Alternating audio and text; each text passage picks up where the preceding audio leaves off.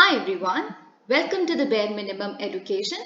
तो आज हम डिस्कस करेंगे 6 अक्टूबर 2022 की द हिंदू और द इंडियन एक्सप्रेस का newspaper analysis. But before I start I just want to say one thing कि अगर आपको आज की वीडियो किसी भी फॉर्म में हेल्पफुल लगती है तो you can let me know that bye commenting below, liking the video and subscribing to my channel if you haven't done that. Please like the video so that my channel actually gets a reach. It has been really lagging on that front. Please help me reach a bare minimum subscriber count as soon as possible. तो आज का जो video होगा वो basically हम start करेंगे Indian express के analysis से। तो पहली चीज आपको पता है कि हम नोबेल प्राइज का क्या क्या किस चीज के लिए मेडिसिन में मिला, हमने वो डिस्कस किया, राइट। डीएनए सैम्पलिंग टेक्निक क्या थी निएंडरथल्स की। फिर उसके बाद हमने कल डिस्कस किया नोबेल प्राइज फिजिक्स में जो दिया गया, हमने डिस्कस किया क्या क्या सुपरपोजिशन, क्वांटम एंटेंगलमेंट के बारे में होता है, राइट, और टेलीपोर्टेशन। फिर आज हम देखेंगे केमिस्ट्री में किस चीज के लिए नोबेल प्राइज मिला है, किनको मिला है और क्यों मिला है। Okay, so making chemistry click. Let's learn about click chemistry, but before that, let's give it a cursory reading कि जो यहाँ पे लिखा है हम उसको पढ़ लेते हैं, साथ साथ में डिस्कस करेंगे। देखिए, सबसे पहले मैं आपको थोड़ा सा बताना चाहूंगी कि केमिकल रिएक्शन हम क्यों करते हैं। जब भी हम कोई चीज लैब में परफॉर्म कर रहे हैं, इंडस्ट्री में परफॉर्म कर रहे हैं, कैसे भी, तो हम क्या करने की कोशिश करते हैं। नेचर है, नेचर में हर तरह के रिएक्शंस हो रहे हैं, ठीक है, तो हम उसको बेसिकली आर्टिफिशियली भी अपने लैब में भी कंडक्ट करने की कोशिश करते हैं, because it is not always possible कि नेचुरली कितना टाइम लगेगा, जब हमें चाहिए उस टाइम पे वो केमिकल रिएक्शन होगा नहीं होगा, इसीलिए हम लेबोरेटरी में अपने वो रिएक्शंस नेचर को बिल्कुल रेप्लिकेट करते हुए कंडक्ट करवाते हैं।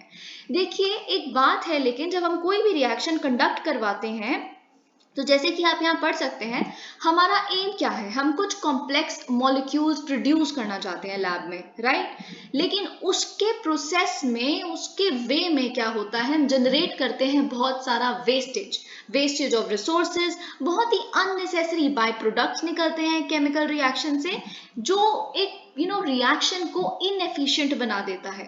तो जो क्लिक केमिस्ट्री का कॉन्सेप्ट है, जिसमें नोबेल प्राइज इस साल दिया गया है, वो यही चीज करता है कि एक केमिकल रिएक्शन को कितना ज्यादा एफिशिएंट, कितना वेस्टेज का मिनिमाइज किया जा सके, इन चीजों को इंश्योर करता है।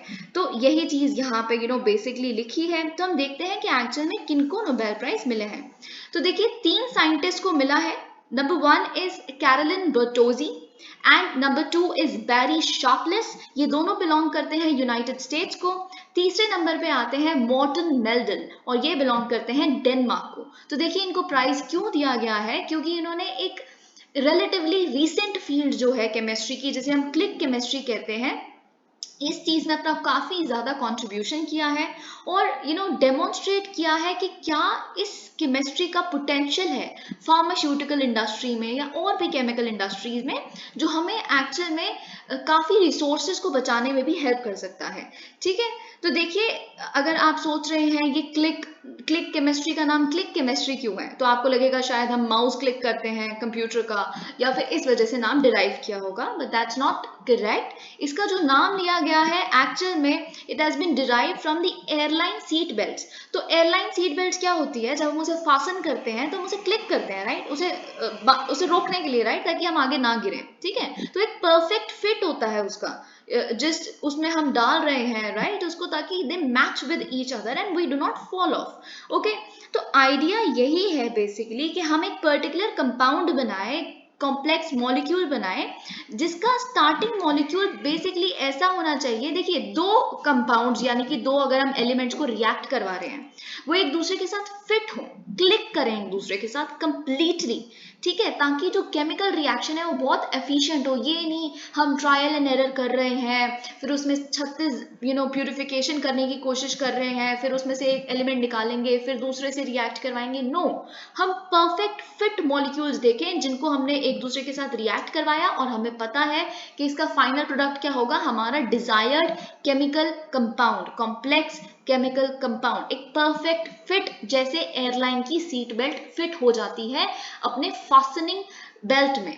ओके, ऑलराइट, तो अब देखिए हम शॉपलेस की अगर बात करें, जो बेरी शॉपलेस हैं, तो उनका बेसिकली क्या है, वो ओरिजिनेटर है इस पूरे कॉन्सेप्ट के, क्लिक केमिस्ट्री के। तो उनको देखिए अब दूसरी बार नोबेल प्राइज मिला है, एक बार पहले भी उन्हें नोबेल प्राइज मिल चुका है, तो definitely it was for some other reason, 2001 में मिला था। लेकिन उन्होंने तब से ही पेपर्स पब्लिश करने शुरू कर दिए थे इस केमिस्ट्री के रिकमेंडेशंस में, कि ऐसा हो सकता है, वैसा हो सकता है, कुछ कुछ वो पब्लिश ऑलरेडी कर रहे थे।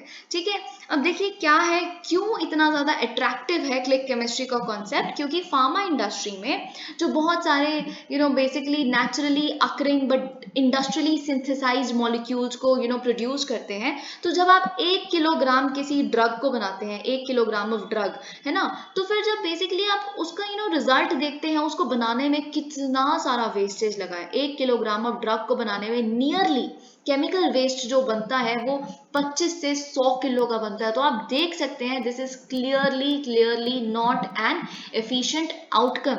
ओके, तो देखिए शार्पलेस ने क्या कहा, बेसिकली उन्होंने बोला देखिए कि हम क्या करेंगे, हम क्लिक रिएक्शन करवाएंगे। तो इसमें क्या होगा, इन्होंने बेसिकली फिर he actually went ahead, Sharpless आप देख सकते हैं, here he is Barry Sharpless, he is 81 now, and ये यूएसए से बिलोंग करते हैं। तो उन्होंने क्या किया, बेसिकली क्लिक रिएक्शन करवाई थी, जिसे हम फर्स्ट केमिकल रिएक्शन इस कैटेगरी में रख सकते हैं, क्लिक रिएक्शन की। ठीक है, तो ये रिएक्शन वैसे तो आपके लिए जरूरी नहीं है, पर यहाँ पे लिखा है कि इस रिएक्शन में क्या करवाया गया, it was meant to produce a nitrogen containing cyclic compound that was used. आपको पता है नाइट्रोजन पे ही सब कुछ बसा है, nitrogen is the building block of everything, you know that right. तो ऑलमोस्ट, तो नाइट्रोजन कार्बन इनके बिना कुछ नहीं हो सकता, इन दोनों इनऑर्गेनिक, मतलब carbon is organic and nitrogen is inorganic. तो बेसिकली क्या करना था इस रिएक्शन ने, पहली जो ऐसी क्लिक रिएक्शन इन्होंने कंडक्ट करवाई शार्पलेस ने, उसमें एक सिक्लिक कंपाउंड बनाता था जिसके अंदर नाइट्रोजन भी होगा। बेसिकली अगर आपको मैं बता दूं तो it is N azide alkyne nitrogen product, एक सिक्लिक कंपाउंड होता है। ठीक है, तो उसको बनाना था, जो बेसिकली आगे बहुत सारी ड्रग इंडस्ट्री में उस कंपाउंड को यूज किया जा सकता था, मतलब ग्रेटर मैनकाइंड के लिए इंपॉर्टेंट हो जाता वो। तो इसके बनाने के प्रोसेस में लेकिन बहुत ज्यादा बाय प्रोडक्ट्स निकलते हैं, बहुत ज्यादा। ठीक है, तो शार्पलेस ने क्या किया, उन्होंने ये चीज डिस्कवर की कि अगर हम कॉपर को एज अ कैटलिस्ट यूज कर लेंगे, तो ये जितने भी बाय प्रोडक्ट्स ऑलमोस्ट निकल रहे हैं ऑल टुगेदर कंप्लीटली ये सारे एलिमिनेट हो जाएंगे, और हमें एक परफेक्ट रिएक्शन मिल जाएगी, फिट रिएक्शन मिल जाएगी, क्लिक रिएक्शन मिल जाएगी, जो उसमें हमें पता है कि सिर्फ एक कॉपर के डालने से ऐसा सब कुछ निकल जाएगा और किसी चीज की जरूरत नहीं है, और हमारा कंपाउंड बन जाएगा। तो we will get only and only the desired chemical and none of the wastages. okay, ये चीज इन्होंने की। तो देखिए almost around the same time basically एक डिस्कवरी और रिपोर्ट की गई, यही डिस्कवरी, ऑलमोस्ट यही डिस्कवरी जो इन्होंने उसका कॉपर का यूज करके कैटलिस्ट के रूप में ये जो एक ही केमिकल प्रोड्यूस करवाया।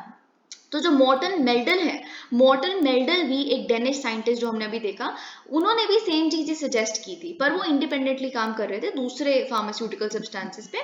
ठीक है, तो फिर तीसरे जो बच गए उनके बारे में भी हमने डिस्कस करना है, कैरोलिन बर्टोजी, जो यूएसए को अगेन बिलोंग करते हैं। तो इनका हम देख सकते हैं, देखिए you can actually see their pictures, this is as we have seen, this is K. Berry Sharpless 81, this is Morton Melville 68, and this is Carolyn Bertozzi 55. okay, so now let's just learn a little about it.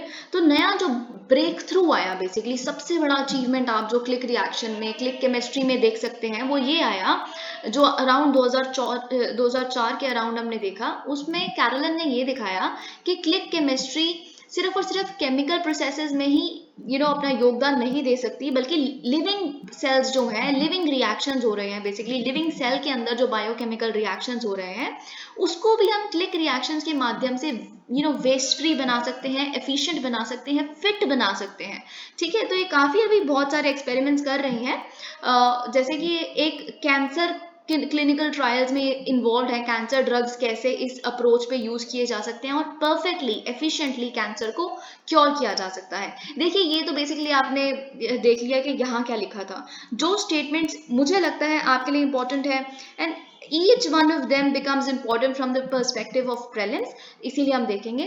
Click reactions occur in one pot chemical reactions क्या होते हैं, जिसके अंदर एक ही container है, एक ही container में आपने पहले तो जो स्टार्ट कर रहे हो मॉलिक्यूल जिससे वो डाला, फिर उसके अंदर ही आप चीजें डालते रहेंगे और आपको पता है कि आपका रिजल्ट निकल जाएगा। ये नहीं कि आप एक कंटेनर में पहले कुछ और डाल रहे हैं, फिर उससे जो बनेगा फिर आप उसको प्यूरिफाई करेंगे, एक एलिमेंट निकलेगा, फिर एक एलिमेंट को दूसरे कंटेनर में लेंगे, फिर कुछ और उसमें डालेंगे, फिर उससे जो निकलेगा उसको प्यूरिफाई करेंगे, जिसमें हजारों रिसोर्सेज लगेंगे, इतना पैसा लगेगा, वेस्टेज भी इतनी होगी, बाय प्रोडक्ट्स भी इतने निकलेंगे। So it is a one pot chemical reaction. Okay, next point जो आपको मिलता है यहाँ से वो है it is not disturbed by water. तो आपको ये बात पता होनी चाहिए, कोई भी सॉल्वेंट है या फिर वाटर ही आप देख लीजिए, वाटर भी तो एक सॉल्वेंट ही है, तो ये जो केमिकल रिएक्शन हो रहा है इन तरह के सॉल्वेंट से या फिर वाटर से अनडिस्टर्ब्ड रहता है। मतलब केमिकल रिएक्शन होगा जैसे है वैसे ही होगा, ये नहीं कि बर्बाद हो गया, पानी डल गया तो बर्बाद हो गया, ऐसा कुछ नहीं है। या फिर पानी को सॉल्वेंट के रूप में आपने यूज कर लिया तो केमिकल रिएक्शन अब क्लिक हो ही नहीं पाएगा, it is not going to be like that. Okay, तो ये चीज, दूसरा पॉइंट ये हो गया। अब तीसरा तो हमें पता ही है that it generates minimal and inoffensive by products. अगर देखिए वैसे तो ऑलमोस्ट ऑल टुगेदर ये एलिमिनेट कर ही देते हैं बाय प्रोडक्ट्स को, लेकिन बाय चांस अगर कोई बाय प्रोडक्ट्स थोड़े बहुत जिसे आप नहीं इग्नोर कर सकते, वो होंगे ही प्रोड्यूस, तो वो इनऑफेंसिव होते हैं। इनऑफेंसिव से इस जगह क्या मतलब है, बेसिकली वो आपके क्लिक रिएक्शन को हैम्पर नहीं करेंगे। ये नहीं कि आपको प्यूरिफाई करना पड़ रहा है उसको दोबारा ताकि बाय प्रोडक्ट्स निकाल दें और वो उसको कंटामिनेट ना कर दें आपके दूसरे रिएक्शन को जो आपको आगे कंडक्ट करवानी है। ओके, तो ये चीज। And are spring loaded which is characterised by a high thermodynamic driving force that drives it quickly and irreversibly to high yield of a single reaction product। देखिए इसमें क्या लिखा है, इसमें ये चीज लिखी है कि इसका जो ड्राइविंग फोर्स होता है इस तरह के क्लिक रिएक्शन का वो बहुत ही हाई होता है थर्मोडायनामिक के टर्म्स में। देखिए आपको कोई भी रिएक्शन अगर कंडक्ट करवानी है उसका कोई ड्राइविंग फोर्स तो होना चाहिए, ठीक है। तो थर्मोडायनामिक ड्राइविंग फोर्स क्या होता है, देखिए जब भी आपकी फॉरवर्ड डायरेक्शन की अट्रैक्शन ज्यादा होगी थर्मोडायनामिकली, यानी कि जो केमिकल पोटेंशियल आपके प्रोडक्ट का, फाइनल प्रोडक्ट का अगर ज्यादा होगा आपके रिएक्टेंट से, यानी कि जो इनिशियल केमिकल रिएक्टेंट्स हैं, तो ऑटोमेटिकली उस केमिकल रिएक्शन का ड्राइविंग फोर्स ज्यादा होगा थर्मोडायनेमिक टर्म्स में। तो ये जरूरी भी है, केमिकल रिएक्शन आपको फॉरवर्ड कंडक्ट करवानी है ना, बैकवर्ड आ जाए गलती से फिर क्या करोगे आप। तो इसीलिए अगर आप चाहते हैं कि आपका जो सिंगल रिएक्शन प्रोडक्ट है वो इरिवर्सिबल हो, यानी कि और हाई यील्ड भी हो उसमें, तो आपका थर्मोडायनेमिक ड्राइविंग फोर्स हाई होना चाहिए, जो इस केस में होता है। ठीक है, ये एक स्टेटमेंट आपको यहाँ से मिल गई। फिर यहाँ पे एक और स्टेटमेंट आपको मिलती है, हाई रिएक्शन स्पेसिफिसिटी। ये तो आपको पता है। परफेक्ट फिट का मतलब क्या होता है, परफेक्ट फिट का मतलब यही तो होता है ना कि आपकी एक दूसरे के लिए स्पेसिफिक है, दो एलिमेंट्स जितने भी आप रिएक्ट करवा रहे हैं, ठीक है, उसमें फालतू इधर उधर फिट आ रहे हैं। जैसे लॉक इन की मॉडल अगर आप थोड़ा सा बायोलॉजी के टर्म्स में जानते हैं ना, तो एक लॉक इन की मॉडल होता है। तो ड्रग क्या करता है, सीधा जाके लॉक में फिट हो जाता है की तरह और उसको सॉल्व कर देता है, राइट। तो यही बेसिकली इधर भी कॉन्सेप्ट यूज हो रहा है केमिकल रिएक्शन में भी। Okay, these qualities make click reactions particularly suitable to the problem of isolating and targeting molecules in complex biological environments. So, everything जो मुझे लगता था important था हमने डिस्कस कर लिया। Let's move on to another article. Alright, ये भी हम explained section का ही एक article देखेंगे। And it is very very important, very important I would say. Okay तो देखिए आपको ये बात पता है कि अभी एक रीवैम्प देखा है हमने बहुत रिसेंटली, जितने भी पार्लियामेंट्री स्टैंडिंग कमिटीज थी ट्यूसडे को, उसको थोड़ा सा चेंज किया गया है उसकी कॉम्पोजिशन को। तो हम देख रहे हैं ऑपोजिशन की तरफ से बहुत सारे वार्निंग्स आ रही हैं सरकार के लिए। वो कह रहे हैं कि आप डिस्क्रिमिनेट करते हैं और ये एक ड्रेकोनियन स्टेप है एंड ऑल ऑफ दैट। तो बेसिकली क्या हुआ है, जो 22 पैनल्स, जो 22 कमिटीज हैं जिसमें ये रीवैम्प अनाउंस किया गया है, तो कांग्रेस को उसमें से सिर्फ एक मतलब उन पैनल्स में से सिर्फ एक पैनल में चेयरपर्सन की पोस्ट मिली है, और जो सेकंड लार्जेस्ट ऑपोजिशन पार्टी है तृणमूल कांग्रेस, उनको एक भी जगह चेयरमैन बनने का मौका उनके किसी पार्टी के मेंबर को नहीं मिला। तो बीजेपी को आपको पता है चेयरमैनशिप मिल गई है ऑटोमेटिकली, राइट। जब ऑपोजिशन को नहीं मिली तो फिर रूलिंग पार्टी को मिली है, ठीक है कि। और सबसे ज्यादा इंपॉर्टेंट पैनल्स क्या होते हैं, देखिए एक सरकार के कंट्री का सबसे इंपॉर्टेंट चीजें होती है होम अफेयर्स, फिर होता है फिनेंस तो सबसे इंपॉर्टेंट, फिर होता है defence, external affairs, right, IT. तो इन सारे इंपॉर्टेंट पैनल्स के जो चेयरपर्सन है वो रूलिंग पार्टी ने खुद के ही बना दिए, which is you can call it undemocratic that way, because convention ये कहता है कि ऐसा नहीं होना चाहिए, पर ऐसा हुआ है। तो हम देखिए, पार्लियामेंट्री कमिटीज एक बहुत बहुत इंपॉर्टेंट कॉन्सेप्ट है, एक बहुत इंपॉर्टेंट क्वेश्चन है। Every now and then you get a question on it, every now and then, either in prelims or in mains, because they ask you what are the shortcomings, how we have seen a drastic change in the past 10 years in the functioning of parliamentary committees। आजकल तो questions को ऐसे इतने ज़्यादा भड़कीले और इतने ज़्यादा मुश्किल साउंड करने के लिए कैसे भी वर्ड्स यूज़ किए जा सकते हैं, पिछले 10 सालों में क्या हुआ, पिछले 5 सालों से कैसे चेंज हो रहा है। So you keep an I on the evolution of it. Okay, तो यही चीज हम यहाँ देखेंगे। बेसिकली होती क्या है committees of parliament, what do they actually do. Okay, तो लेजिस्लेटिव बिजनेस क्या है, देखिए जब भी एक बिल होता है, लेजिस्लेशन क्या होती है, डेलिब्रेशन करना, लॉ बनाना, लॉ मेकिंग करना। ठीक है, तो लॉ ऐसे तो नहीं बन जाएगा, उस पर आप डिस्कस करेंगे, ये प्रोविजन अच्छा है, ये नहीं है, ये इस तरह से गलत साबित हो सकता है, ये सब कुछ। ठीक है, तो जैसे ही एक बिल को इंट्रोड्यूस किया जाता है किसी भी हाउस में, लोकसभा या राज्यसभा, उस दिन से एक बिल का लेजिस्लेटिव बिजनेस शुरू हो जाता है।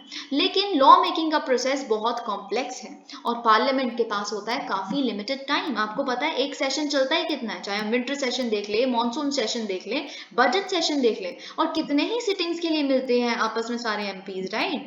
तो ऑब्वियसली फिर ऊपर से ऑलरेडी लिमिटेड टाइम होता है, सेशन तो होता ही कुछ दिनों के लिए। तो अब जो पॉलिटिकल मिडिल ग्राउंड है वो इस तरह का हो चुका है, आप देख सकते हैं इतना श्रिंक हो गया है। जिस तरह से अगर महंगाई चल रही है तो ऑपोजिशन कहेगी हम तो वॉकआउट कर रहे हैं, हम डिस्कशन ही नहीं होने देंगे, फिर जीएसटी पे वॉकआउट्स हो जाते हैं, फिर जैसे हमने भी बिल्किस बानो जी के केस में भी देखा, बहुत लोगों ने वॉकआउट किया, बहुत सारी ऐसी चीजें। ठीक है, तो फिर जब एक लॉ है, एक बिल बेसिकली आया है, उस पर बातचीत ही नहीं हो रही, तो फिर वो लॉ कैसे बनेगा, लॉ मेकिंग प्रोसेस होगा कब। देखिए इन सारी जो पॉलिटिक्स तो बहुत ज्यादा ऐसी हो गई है कि पार्लियामेंट का मतलब क्या है, डेलिब्रेटिव बॉडी का मतलब क्या होता है, जहाँ पे डेलिब्रेशन हो, डायलॉग हो, बातचीत हो। लेकिन एक पार्लियामेंट में जब डेलिब्रेशन ही नहीं हो रही तो फिर दैट्स अ डिफरेंट थिंग दो। ठीक है, इन चीज़ों के लिए क्या होता है, क्योंकि बहुत सारी इनकॉन्क्लूसिव डिबेट्स हो रही है पार्लियामेंट, तो इसीलिए क्या होता है, mostly a great deal of जो legislative business है, it ends up taking place in the house committees instead।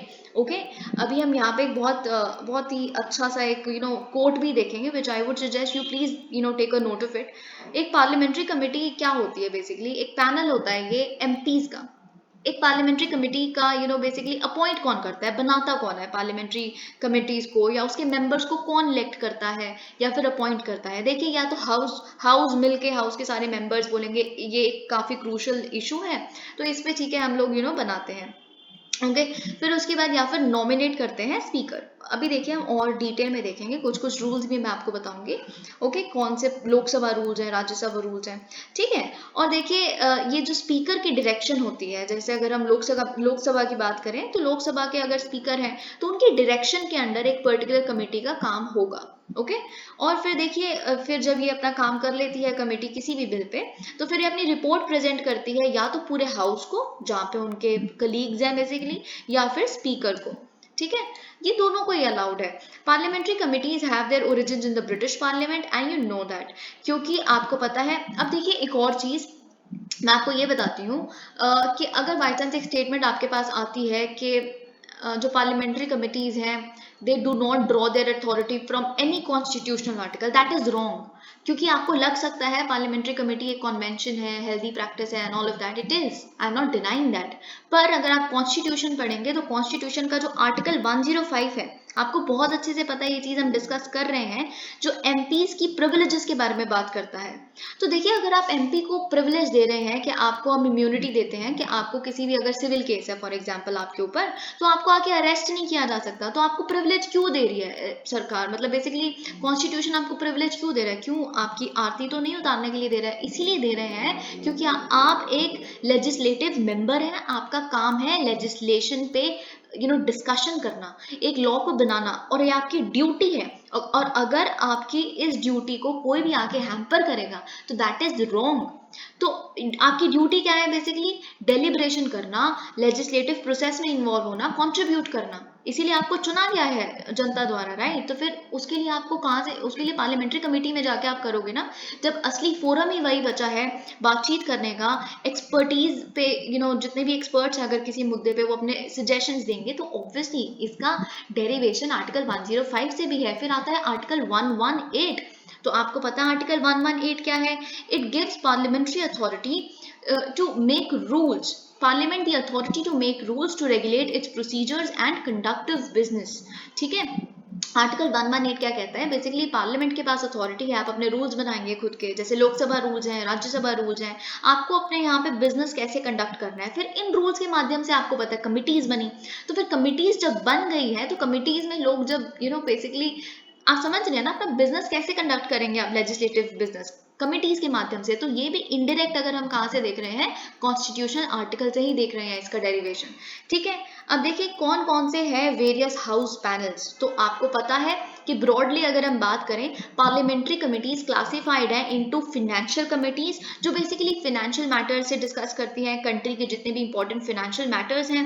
दूसरी है डिपार्टमेंटली रिलेटेड स्टैंडिंग कमिटीज, ये भी आप जानते हैं, राइट? और तीसरी है अदर पार्लियामेंट्री कमिटीज, और चौथी है एडहॉक कमिटीज। ठीक है, तो हम देखते हैं फाइनेंशियल कमिटीज। फाइनेंशियल कमिटीज जैसे कि मैंने आपको बताया कि मोस्टली फाइनेंशियल मैटर से पब्लिक अकाउंट्स कमेटी होती है, एस्टिमेट्स कमेटी होती है जैसे, राइट? और कमिटी ऑन पब्लिक अंडरटेकिंग्स, आपको नाम से ही पता चल रहा है एस्टिमेट्स किसका होगा, फाइनेंसेस की तो एस्टिमेट करोगे आप, अकाउंट से ही पता चल रहा है आपको फाइनेंशियल मैटर है, पब्लिक अंडरटेकिंग से ही पता चल रहा है फाइनेंशियल मैटर है। ठीक है, इनको कॉन्स्टिट्यूट किया गया था इन फाइनेंशियल कमिटीज को 1950 में।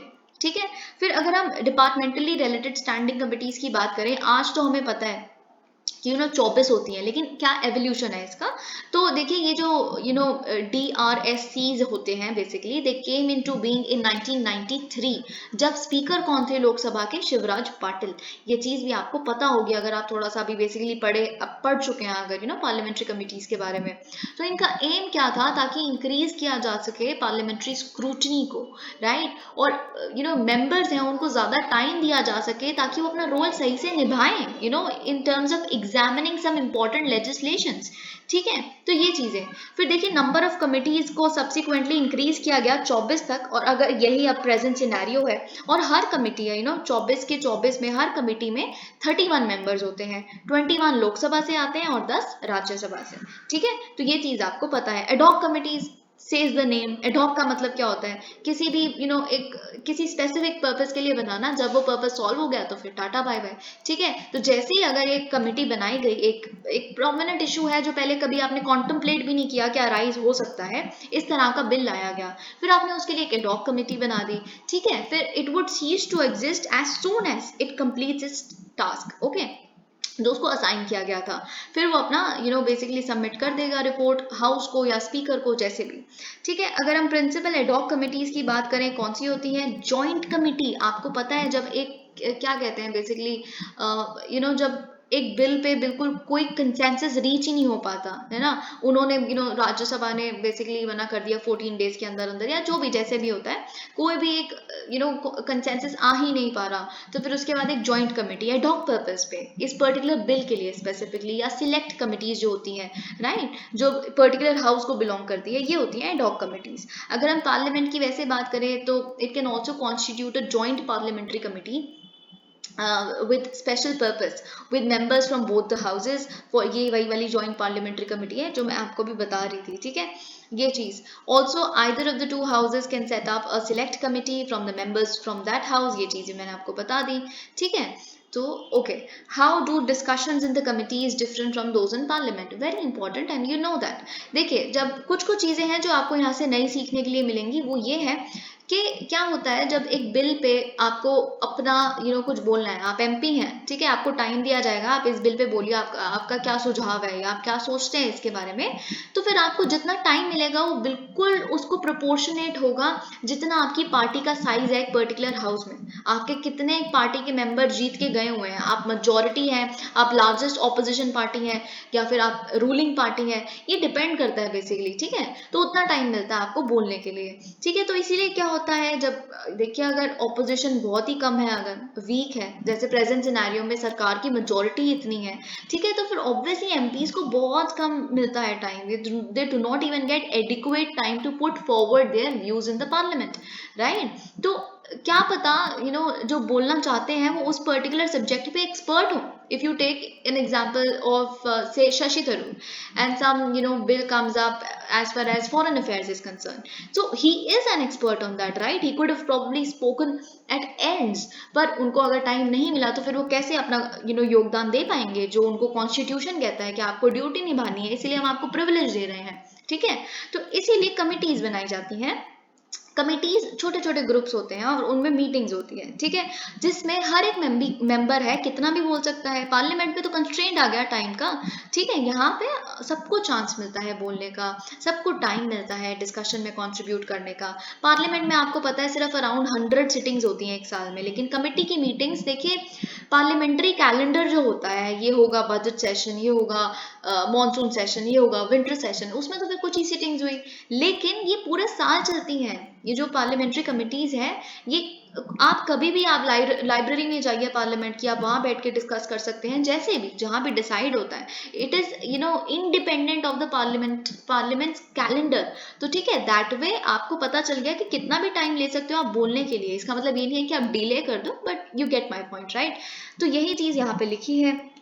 और सबसे इंपॉर्टेंट चीज़ जो मुझे लगती है इंपॉर्टेंट है वो ये है कि जब डिस्कशंस हैं वो कॉन्फिडेंशियल होती हैं, राइट? बातचीत तो हो रही है, सब आपस में बात करेंगे. देखिए कितने भी कोई ऑपोजिशन में हो या रूलिंग में हो, अगर हम बिहाइंड द सीन्स देखें, बातचीत सब में होती है. कोई ऐसे बहुत ही कट्टर दुश्मन कोई नहीं होता आपस में. They are friends with each other. Some of them might not talk at all, but obviously सारे एमपीज ही हैं, कोई ऐसी निजी दुश्मनी नहीं है, सबका बिजनेस है पॉलिटिक्स, ठीक है, और इसे सब काम कर रहे हैं. So that's a different thing. तो इसीलिए वहां पे कोई कैमरा नहीं होता, कोई मीडिया नहीं होती, कोई पार्टी एफिलिएशन नहीं है आपकी, क्योंकि सभी मेंबर्स हैं एक साथ ही एक मुद्दे पे काम कर रहे हैं. तो सब चाहेंगे बेस्ट बिल बने आपकी कमेटी के द्वारा, ठीक है, बेस्ट ड्राफ्ट अगर तैयार हो सके इसका, ये चीज होती है, ठीक है. तो इसीलिए आप basically you speak your minds out in that वे, जो आप पार्लियामेंट में नहीं कर पाते, क्योंकि आपकी पार्टी की विप भी तो होती है, आपको यही बोलना है, यही चीज बोलनी है. आप पार्टी के खिलाफ नहीं जा सकते, खिलाफ समझ रहे हैं ना?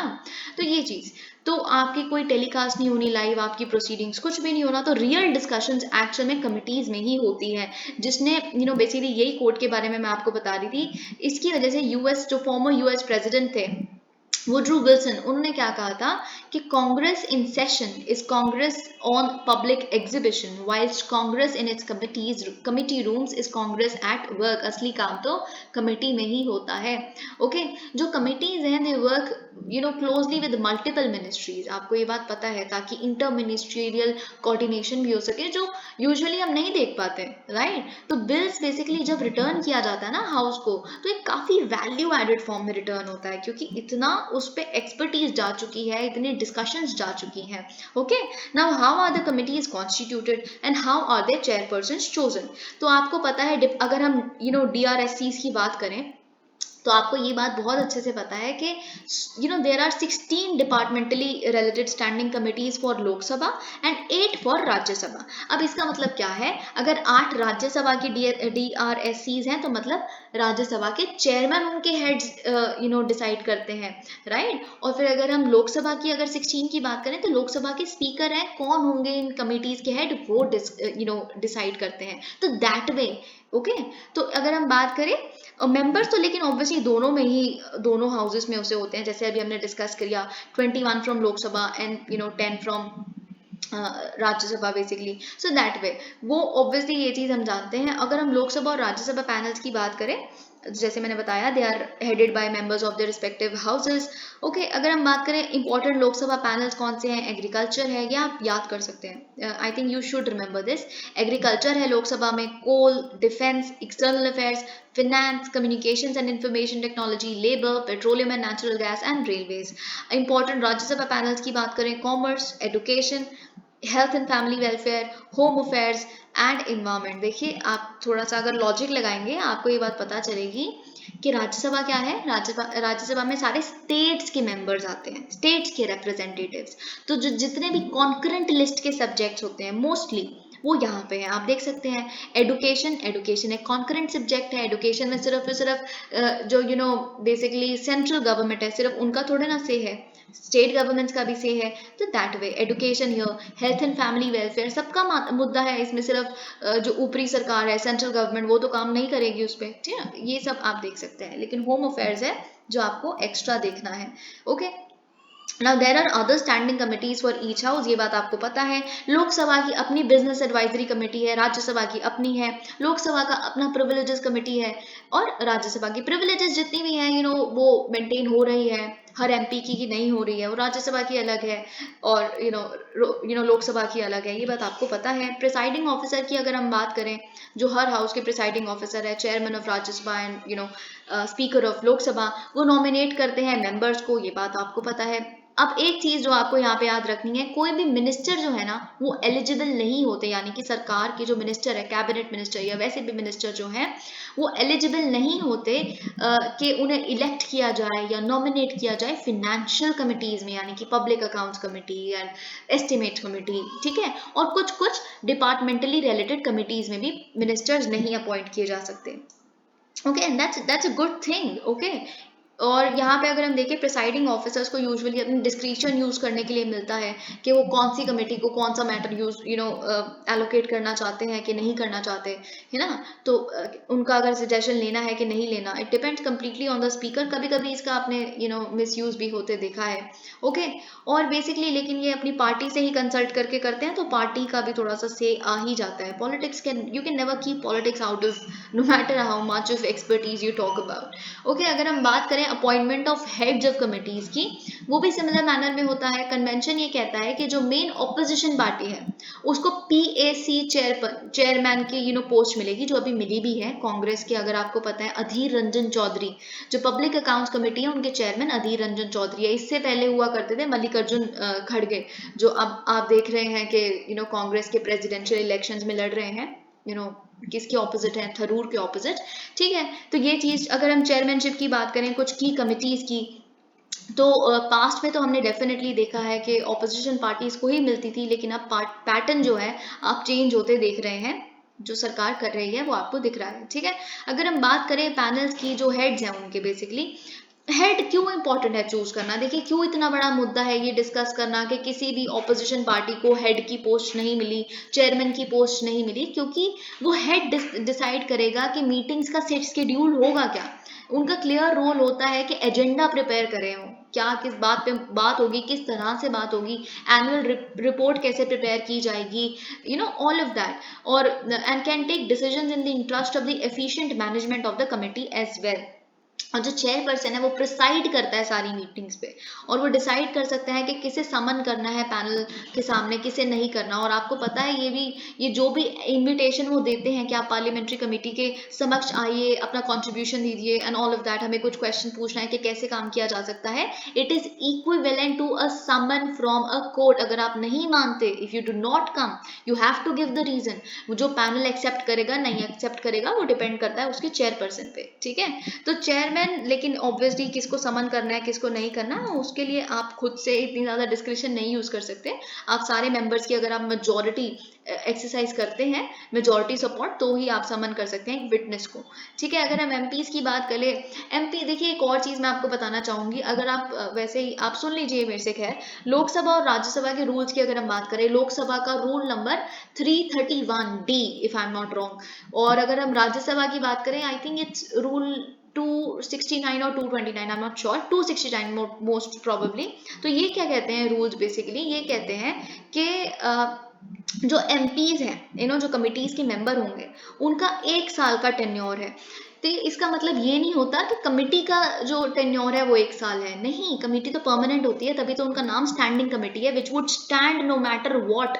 ओके, बेसिकली बात ये है कि ये इसका एक क्रिटिसिज्म भी है पार्लियामेंट्री कमिटीज का, आप इसे भी लिख सकते हैं कि 1 साल ही, मतलब एक मेंबर जो है बेसिकली उसका वो 1 साल की, अब अगर आप फॉर एग्जाम्पल आप है कमेटी के मेंबर, तो आप 1 ही साल के लिए मेंबर हैं, ठीक है। फिर आपके बाद कोई और आएगा 1 साल बाद। तो बेसिकली अगर आप कंट्रीब्यूशन दे सकते हैं बहुत ज्यादा, तो बहुत छोटा टाइम नहीं है 1 साल, राइट। तो इसीलिए आप बहुत इफिशिएंटली हो ही नहीं पाएगी डिस्कशन। तो ये थोड़ा एक्सटेंड करना चाहिए, 2-2.5 साल इसको कुछ करना चाहिए, ये बहुत बहुत लोगों की सजेशन भी है. Usually the composition of a committee remains more or less the same. Okay, that you know. How important are recommendations of committees? अब क्या है, क्यों important ही क्यों है, मतलब क्या है, ये है तो recommendatory nature के, तो क्यों important है? देखिए आपको पता है DRCSCs की जितनी भी रिपोर्ट्स होती हैं वो recommendatory nature की होती हैं, सिर्फ recommend करना, कोई binding force नहीं है इनका गवर्नमेंट पे, ठीक है. लेकिन थोड़ा सा सिग्निफिकेंट वेट है इनके ये रिपोर्ट्स का. क्यों? क्योंकि देखिए पास्ट में हमने कुछ एग्जांपल्स देखे हैं जहाँ पे सरकार ने एक्सेप्ट किया है इनकी सजेशंस को, बिल में भी इनकॉर्पोरेट किए हैं कुछ कुछ प्रोविजंस इनके कहने पे. और ये जो पैनल है ऑब्वियसली पॉलिसी इश्यूज को ये एग्जामिन करते हैं बहुत सारी रिस्पेक्टिव मिनिस्ट्रीज की, और सजेशंस देते हैं सरकार को and all of that, you know. तो बात ये है, अगर by chance you know government कोई भी सजेशन इनका नहीं मानती, कोई भी रिकमेंडेशन जो इन्होंने अपनी रिपोर्ट में लिखा है बेसिकली, तो सरकार को रिपोर्ट करना है इनको कि क्यों आपने एक्सेप्ट नहीं की, किन ग्राउंड्स पे आपने एक्सेप्ट नहीं की इनकी रिकमेंडेशन. फिर इसकी बेसिस पे कमेटी क्या करती है, टेबल करती है एक्शन टेकन रिपोर्ट के, कौन कौन सा एक्शन टेक नहीं किया गया इनकी किस रिकमेंडेशन पे, एक्सप्लेनिंग ऑल ऑफ दैट के, ठीक है, क्या स्टेटस है basically action on each recommendation का. However suggestions by the select committees, जो सिलेक्ट कमिटीज होती हैं JPCs होती हैं, यानी कि जॉइंट पार्लियामेंट्री कमिटीज, जिसमें आपको पता है which have a majority of MPs and heads from the ruling party. तो उनको तो ऑब्वियस, जब रूलिंग पार्टी है वही रूल कर रही है, तो रूलिंग पार्टी का अगर कोई बंदा सबसे ज्यादा उसको कॉन्स्टिट्यूट करता है तो उनकी सजेशंस तो बहुत फ्रीक्वेंटली एक्सेप्ट की जाती है, जो बाकी कमिटीज की नहीं की जाती. Okay, now from here you get an example of ethics. It is important, I'll tell you how. यहाँ पे बहुत कुछ है वैसे, इतना जो आपके लिए जानना जरूरी है, जो इनोवेटिव आपको लग सकता है, मैं सिर्फ उतना बताऊंगी. एक्चुअल में एक IAS ऑफिसर हैं जितेंद्र दूधी, तो I do not know how to pronounce, I am sorry, so I would say Jitendra sir only. Okay, तो इनके बेसिकली क्या है, संगली डिस्ट्रिक्ट महाराष्ट्र का आपको पता है, उनके चीफ एग्जीक्यूटिव ऑफिसर है. तो इन्होंने संगली में एक बेसिकली एक बहुत ही इनोवेटिव सा प्रोग्राम चालू किया कुछ 9 महीने पहले, जिसका नाम है learning improvement programme. Learning improvement programme में बेसिकली क्या किया, हर एक बच्चे को इंडिविजुअली असेस किया. असेस करने के बाद हर एक बच्चे की रिपोर्ट कार्ड बनाई, कहाँ स्टैंड करते हैं, क्या बेसलाइन है उनकी बेसिकली अभी, फिर डिस्ट्रीब्यूट किया क्लास टीचर्स को उनकी रिपोर्ट कार्ड्स को. फिर उन्होंने यू नो कोशिश की कि वो स्ट्रैटेजीज डिवाइस कर सके क्रिएटिवली, ठीक है. कैसे आप टीचर्स को भी सिखाएंगे कि कैसे उन्हें इन चीज़ों से डील करना है क्रिएटिव मैनर में. अब जो मुझे लगता है आपके लिए इंपॉर्टेंट हो सकता है या फिर कुछ इनोवेटिव हो सकता है, वो है involving mother's in learning and forming WhatsApp groups. हम देखते हैं कैसे. देखिए क्या हुआ बेसिकली, जब सब कुछ हमने असेस कर लिया, रिपोर्ट कार्ड्स बन गई, फिर 6 महीने का इंटरवेंशन प्रोग्राम स्टार्ट हुआ, ठीक है. अब 250 टीचर्स का कुछ ऐसा ग्रुप बनाया गया जिनको सिलेक्ट किया कि आप कंटेंट डेवलप करिए कि कैसे बेसिकली हम इस डेफिसिट को ब्रिज कर सकते हैं. लेकिन कंटेंट देखिए क्या होता है, यहाँ पे एक इंपॉर्टेंट पॉइंट आपको मिलता है, जब आप रेडीमेड कंटेंट दे देते हो ना टीचर्स को, जो ऊपर से आया जी आपको यही पढ़ाना है, तो उनकी भी एक्सेप्टेंस लेवल लो होती है. जो टीचर्स की होती है उनको बैठ के समझना पड़ता है, क्योंकि उनका कोई से नहीं है उसमें. इसीलिए टीचर्स को खुद से बोला गया कि you prepare your own content. Okay, तो जैसे उन्होंने लोकल स्टोरीज यूज की, अगर कोई कोई एक एग्जांपल लीजिए, आप मॉरल साइंस का कुछ समझा रहे हैं तो उन्होंने लोकल स्टोरीज के माध्यम से समझाया कि देखिए ऐसा हमारे विलेज में हुआ था, फिर ऑल ऑफ दैट, ये सब कुछ हुआ, ठीक है. फिर एक इंपॉर्टेंट चीज जो आपको यहाँ से मिलती है, involving mothers who became volunteers. Mothers को वॉलंटियर मदर्स को इम्प्रूव किया, ये एक इनोवेटिव चीज है. जो वॉलंटियर मदर्स थी जो स्टूडेंट्स की कई मदर्स थी जो वॉलंटियर करने के लिए तैयार थी, उन्होंने समर कैंप भी लगाया एक, कुछ जो थोड़े से एल्डर बच्चे थे, ओल्डर किड्स थे उनके लिए, ठीक है. फिर उन्होंने दे एंगेज चिल्ड्रन डेली इन इनोवेटिव एक्टिविटीज. जैसे क्या किया, देखिए यहाँ पे आप देख सकते हैं, इन्होंने बहुत सारे, जैसे एक मदर है, उन्होंने she took the responsibility of 5 students. फिर उन्होंने किन किन ऑब्जेक्ट्स के द्वारा, वेजिटेबल्स, लीव्स, यूटेंसिल्स, ऐसे मतलब अपने घर से लेके आना बच्चों को पढ़ाने के लिए कि देखिए ये होता है, this is called lady finger, और and if you say add 5 coins you get this much rupees, है ना, all of that to make things creative. तो volunteer mothers वाली चीज है जो आप यहाँ से you can take home from this particular article. All right, now let's move on to the Hindu के articles. Will listen to Kashmiris, not Pakistan, although a political thing, because elections are nearing in many states. Including the union territory of JNK।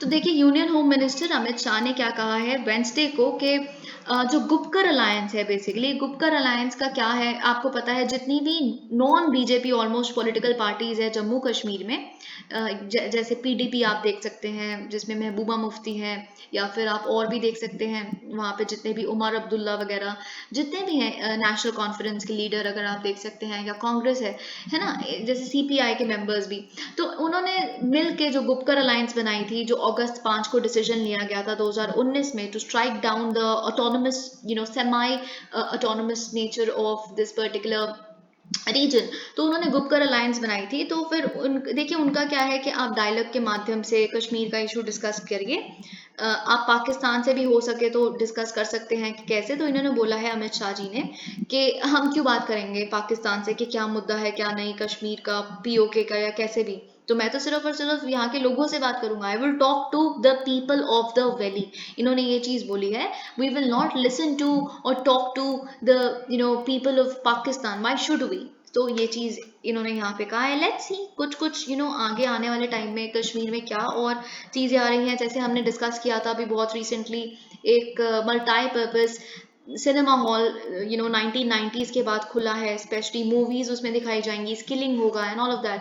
Pitch on poll promises cost not linked to freebie debate. आपको देखिए मैंने कल बताया था कि election commission ने, सब कह रहे थे यू टर्न ले लिया। पहले इलेक्शन कमीशन ने सुप्रीम कोर्ट को क्या बोला, देखिए फ्रीबीज का, रेवड़ी कल्चर का जो मामला है एक पॉलिसी मैटर है, एक सब्जेक्टिव मैटर है, मुझे इससे दूर ही रखिए, I should not get involve in this. फिर हमने अचानक से परसों क्या देखा कि इलेक्शन कमीशन ने क्या किया, इलेक्शन कमीशन ने पार्टीज को एक बेसिकली नोटिस सा भेजा जिसमें उन्होंने कहा, I would just discuss it by giving it a reading. Okay, तो जो बेसिकली प्रपोजल आया इलेक्शन कमीशन के द्वारा कि पॉलिटिकल पार्टीज को डिस्क्लोज करना चाहिए कि जिस तरह के प्रोमिसेस वो अपने कैंपेनिंग के टाइम में करते हैं, जो या फिर मैनिफेस्टोज में होते हैं उनके, उसकी फिनेंशियल रेमिफिकेशन क्या होगी, आप उसको सोर्स कहाँ से करोगे। जो आप प्रॉमिस कर रहे हो कि ये हम फ्री देंगे या कुछ भी हम इस तरह का प्रोग्राम चलाएंगे, तो उसकी फंडिंग कहाँ से आएगी, कैसे करोगे आप, मतलब जो आपको बजट दिया जाएगा उसमें से निकालोगे, फिर आप बाकी वेलफेयर मेजर्स में क्या करोगे, या अगर डेवलपमेंट करनी होगी तो वो कैसे मैनेज करोगे।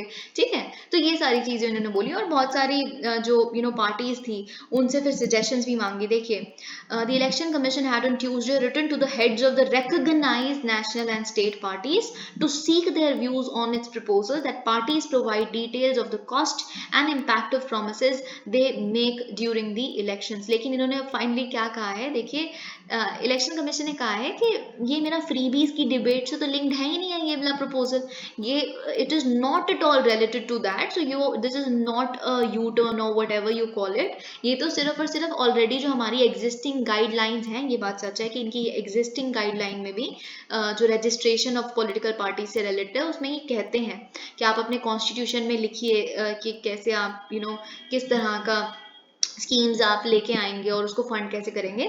तो इन्होंने बोला है कि हम एग्जिस्टिंग गाइडलाइंस की इम्प्लीमेंटेशन के लिए उनको इम्प्रूव करना चाहते हैं, उस एग्जिस्टिंग गाइडलाइंस को, उनकी इम्प्लीमेंटेशन को, इसीलिए हमने प्रपोजल पे सजेशंस मांगे हैं। ये तो फ्रीबीज के इशू से लिंक्ड ही नहीं है, हो भी तो मतलब इलेक्शन कमीशन के नॉट डू दैट।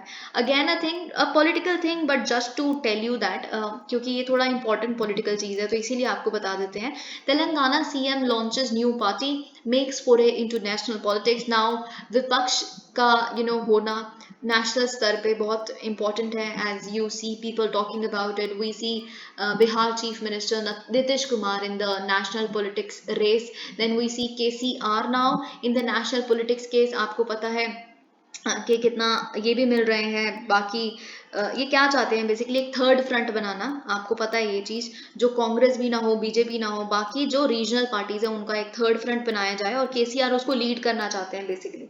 ठीक है, तो इन्होंने क्या किया है, जो तेलंगाना के चीफ मिनिस्टर है K चंद्रशेखर राव, इन्होंने वेंसडे को अपनी जो इनकी प्रीवियस पार्टी थी, आपको पता है TRS, राइट, तेलंगाना राष्ट्र समिति, तो इन्होंने उसको रीनेम किया है और क्या रख दिया है, भारत राष्ट्र समिति, BRS। देखिए तेलंगाना को बेसिकली रिप्लेस करके भारत कर दिया, जिससे आपको पता चल गया कि अब ये नेशनल पॉलिटिक्स में अपना कदम रखने वाले हैं। ओके, देखिए TRS के भी फाउंडिंग मेंबर यही है, फाउंडेशन स्टोन भी इन्हें नहीं रखा था।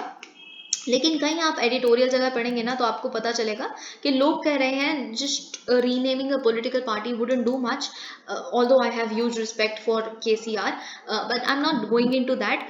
पर लोग ये कह रहे हैं एक्सपर्ट्स कि obviously मेरा the party will have to do a lot before it can even think about getting into the national politics.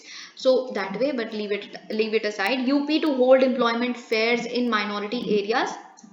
Okay basically क्या होता है, क्वेश्चन बनता है कि कैसे कुछ माइनॉरिटीज़ हैं, आप जैसे बहुत सारी कमिटीज़ के रिपोर्ट्स भी पढ़ेंगे, वो भी ये कहते हैं कि जो माइनॉरिटी कम्युनिटी जो कम्युनिटीज़ हैं, स्पेशली उसमें से जो मुस्लिम कम्युनिटी है ना, उसमें थोड़े से ग्रेजुएट्स भी नहीं है इतने. उसमें से अगर आप देखेंगे कुछ अराउंड 13% होते हैं जो अंडर ग्रेजुएट लेवल तक हैं, फिर पोस्ट ग्रेजुएट्स तो बहुत ही कम है जो माइनॉरिटी कम्युनिटी में से निकल रहे हैं. तो इस चीज़ को ब्रिज करना बहुत ज़रूरी है. I am forgetting the name of that committee, although मैं आपको बताऊंगी अगर याद आया तो उस कमेटी ने भी यही बोला था कि इसको ब्रिज करने की बहुत ज़्यादा ज़रूरत है. इनको एम्प्लॉयमेंट ऑब्वियसली, आप अगर कोई भी कम्युनिटी है यार, मतलब it is not as if कि माइनॉरिटीज़ की हम बात कर रहे हैं, कुछ भी किसी एक पर्टिकुलर जगह पे अगर कोई माइनॉरिटी है तो उनको भी थोड़ा सा प्रेरित करना ही चाहिए, उनको अपॉर्चुनिटीज़ मिलनी ही चाहिए. तो कैसे आप देंगे, क्वेश्चन ये भी हो सकता है, how would you want to improve the status, employment status से livelihood status of minority community. तो यूपी यही कर रहा है. यूपी में आपको पता है मदरसाज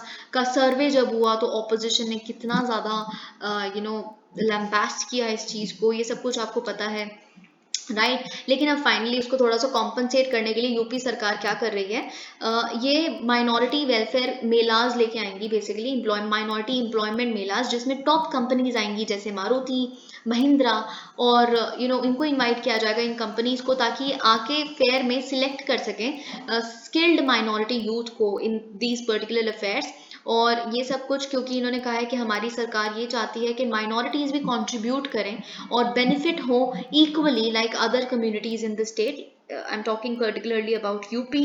जो माइनॉरिटी में तो बहुत सारे आपको पता है रिलीजियस माइनॉरिटी कौन कौन है, राइट. जो ये चीज़ आपको पता है. अगर हम 2011 के सेंसस की बात करें तो minority population is most populous state of the country की, यूपी की अगर हम बात करें, इसमें माइनॉरिटी पॉपुलेशन है 19.98%. लेकिन इसमें से मुस्लिम कम्युनिटी जो है इट कॉन्ट्रीब्यूट रफली 19.26% of the total population of UP. तो आप देख सकते हैं कि ऑलमोस्ट माइनॉरिटी जो हैविली है वो मुस्लिम कम्युनिटी ही है. तो ठीक है ये चीज़. तो बेसिकली ये एले करना चाहते हैं किसी भी फ्योर को कि सरकार गलत नहीं है, we like do not want you to be discriminated और whatever. So do not look at us as enemy of yours. Neutrality abstention, देखिए अब ये बहुत ही ब्रीफ है लेकिन अच्छा आर्टिकल है ये. इसमें क्या है, प्राइम मिनिस्टर नरेंद्र मोदी ने टेलीफोन पे अभी बात की किससे, यूक्रेनियन प्रेसिडेंट व्लादिमीर जेलेंस्की से, राइट, ट्यूसडे को. तो आपको पता है ये एक जो इतना वॉर चल रही है पिछले 7 महीनों से, उसमें एक इम्पॉर्टेंट इवेंट है मिस्टर मोदी का फ़ोन पे बात करना यूक्रेनियन प्रेसिडेंट से.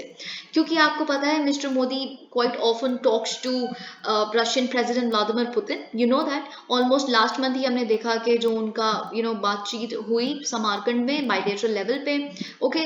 तो लेकिन हमारी जो कॉन्वर्सेशन मिस्टर मोदी की हम मिस्टर जेलेंस्की के साथ देखते हैं, वो लास्ट टाइम अगर हम याद करने की कोशिश करें तो तब हुई थी जब हम जो हमारे भारतीय स्टूडेंट्स वहाँ पे पढ़ रहे थे, स्पेशली मेडिकल इंस्टीट्यूट्स में, जो वहाँ से हम उनको इवैक्यूएट जब हमने किया था 20,000 इंडियन स्टूडेंट्स को, तब हमारी लास्ट बातचीत हुई थी क्योंकि हम सेफली उनको इवैक्यूएट करना चाहते थे, ओके. तो ये चीज़ आपको पता है. लेकिन अब जो ये फ़ोन कॉल आई है आपको पता है पुतिन की मीटिंग के साथ, जिस कुछ हफ्तों बाद आई है समरकंद मीट के बाद, राइट. और मिस्टर जेलेंस्की आपको पता है कि उन्होंने, देखिए मिस्टर मोदी ने जो समरकंद पे कहा, this era is not the era of war, ये इस चीज़ को तो पूरे वेस्टर्न लीडर्स पकड़ के बैठ गए थे कि देखिए मिस्टर मोदी ने बिल्कुल सही कहा है, Russia should listen and all of that, we couldn't agree more. तो इसमें मिस्टर जेलेंस्की ने भी ज्वाइन किया था वेस्टर्न लीडर्स को कि please listen to mister Modi, whatever he says is right at this moment and all of that, ठीक है. तो फाइनली फ़ोन कॉल पे बात हुई है. और अगर हम देखें कि मिस्टर मोदी ने क्या बोला है जेलेंस्की को, उन्होंने बोला है कि देखिए इस कॉन्फ्लिक्ट का कोई भी मिलिट्री सोल्यूशन हो ही नहीं सकता, डिप्लोमेटिक सोल्यूशन ही है, डायलॉग ही इसका सोल्यूशन है, तो वो करिए, ठीक है, दोनों ही साइड्स. और इन्होंने देखिए क्या बोला है, देखिए ये जस्ट एक हफ्ते बाद ऑलमोस्ट ये बात आई है जब इंडिया ने चूज किया, आपको पता है यूनाइटेड नेशन सिक्योरिटी काउंसिल में रशिया के खिलाफ एक रेजोल्यूशन लाया गया था क्योंकि उसने एनेक्स किया है रेफरेंडम के माध्यम से किनको, डोनेट्स्क चार टेरिटरीज आपको पता है जो 15% टेरिटरी बनाती है यूक्रेन की, डोनेट्स्क, लुहांस्क, ज़ेपोरिज़िया एंड खरसोन, ठीक है। तो ये चीज़ आपको पता है। लेकिन दोनों ने ही इस बात को रेफर नहीं किया अपनी फ़ोन कॉल में, इस रेफरेंडम पे आपने क्यों नहीं हमारा साथ दिया, ये वो, मतलब कुछ भी ज़ेलेंस्की ने भी हमें नहीं कहा, ठीक है। तो ये चीज़ अब देखिए दोनों ने लेकिन डिस्कस किया है कि कितना इंपॉर्टेंट है न्यूक्लियर सेफ्टी, आपको पता है स्पेशली जो ज़ेपोरिज़िया प्लांट है उसका, ओके ये चीज़, और स्पेशली जो बहुत कंसर्न IAEA यानी कि इंटरनेशनल एटॉमिक एनर्जी एजेंसी का कितना ज़्यादा कंसर्न है इस न्यूक्लियर सेफ्टी को लेके, क्योंकि इसकी रैमिफिकेशंस बहुत ज़्यादा हो सकती हैं। हिरोशिमा नागासाकी में एक बारी कभी कुछ ऐसा हुआ तो आज तक आप देख सकते हैं कि वहाँ के लोग जो पैदा हो रहे हैं कितने हद तक आज भी अफेक्टेड है। तो in that way public health, environment, इन चीज़ों का ध्यान रखना पड़ेगा, राइट। तो ये चीज़ तो आपको पता है IAEA ब्रोकर कर रही है टॉक्स को किन के बीच में, यूक्रेन और रशिया के बीच में, ताकि एटलीस्ट आप उस वाले रीजन को एक न्यूक्लियर प्रोटेक्टिव जोन बना सकें, उस पर लड़ाई मत करिए, उसके आसपास stay out of it, okay, because it's a larger issue, it's a global issue.